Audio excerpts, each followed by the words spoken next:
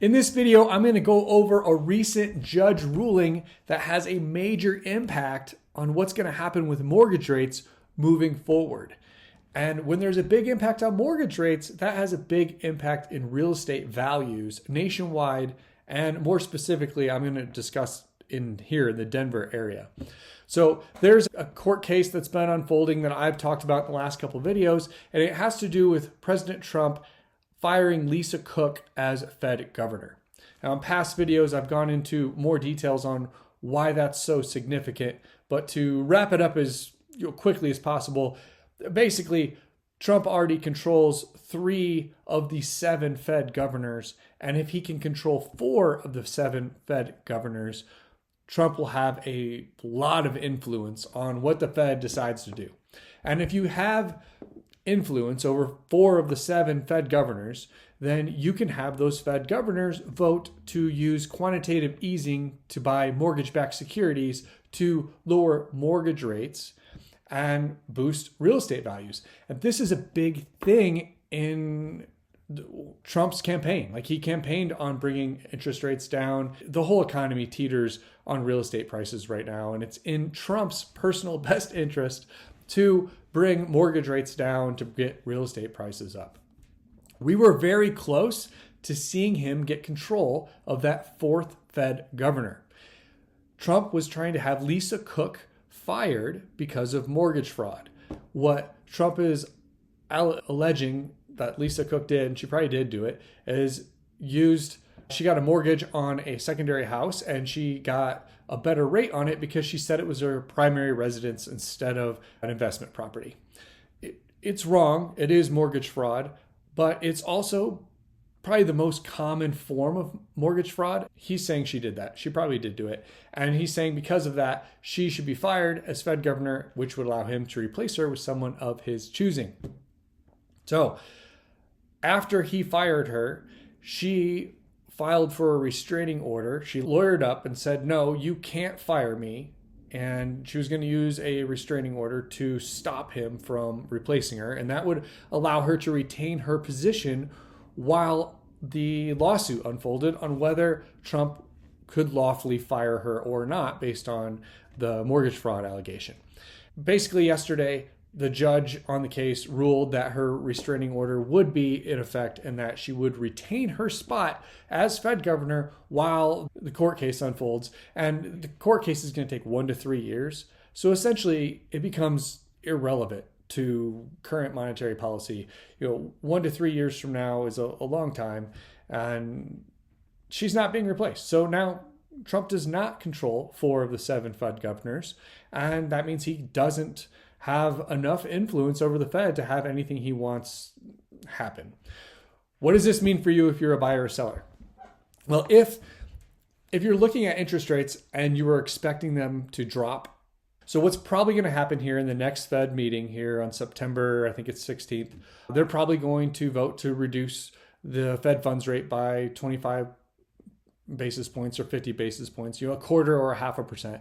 And that's not going to bring mortgage interest rates down. Mortgage interest rates are determined by growth and inflation expectations. They're not determined by what short-term interest rates, the Fed funds rate is. So when the Fed funds rate is lowered, that doesn't necessarily mean that mortgage rates are going to go down with it. They often don't follow each other. And in fact, in 2024, mortgage rates went up when they dropped the Fed funds rate. So it doesn't matter what the Fed's going to do with interest rates. That's not what we're watching. What we're watching are 2 things. Either will the Fed manipulate mortgage rates by using quantitative easing to buy mortgage-backed securities, increase demand for mortgage-backed securities, which would lower the rate. Is that going to happen? Or number 2, are growth and inflation expectations going to come down? Meaning, does the market think that inflation is going to come down and growth come down? Maybe inflation goes up, but growth comes down and they kind of wash out, then interest rates don't change.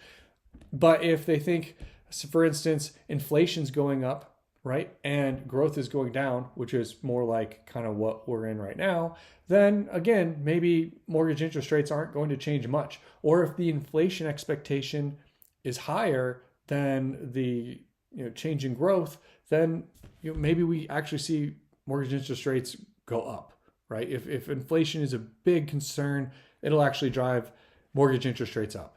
So what this means if you're a buyer or seller is you probably are going to see more of the same. We're probably not going to see a big swing in interest rates here in the near future.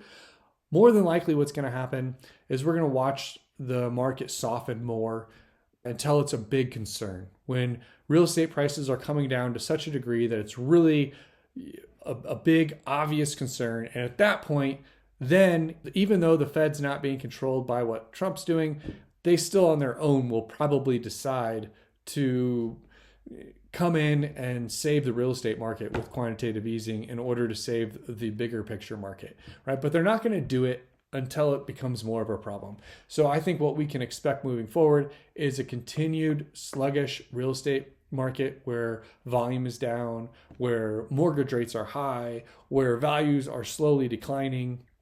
When it starts to become more concerning for the economy as a whole, then what you're going to see is the Fed step in, start quantitative easing, buy mortgage-backed security, bring rates down. And as rates come down, that will help real estate prices come back up. So if you're a buyer, you can expect more of the same. If you're a seller, you can expect more of the same. There is no urgency now for any kind of big changes on the horizon. We just expect mortgage rates to stay fairly steady, maybe even go up a little bit after the Fed lowers the Fed funds rate in September, and expect real estate prices to slowly come down. That's all for this video. If you have a house to sell or you're looking to buy a house, please reach out to me.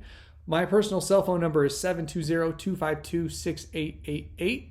I would love to help you find the perfect house or sell your house. I can help you see the potential for the houses that are for sale.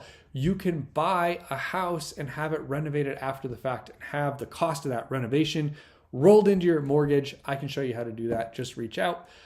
You can look at my website. Please check out the testimonials from past clients that have worked with me. That website is denverpropertyflip.com. Just click on the testimonials button there at the top of the site. So see you next week.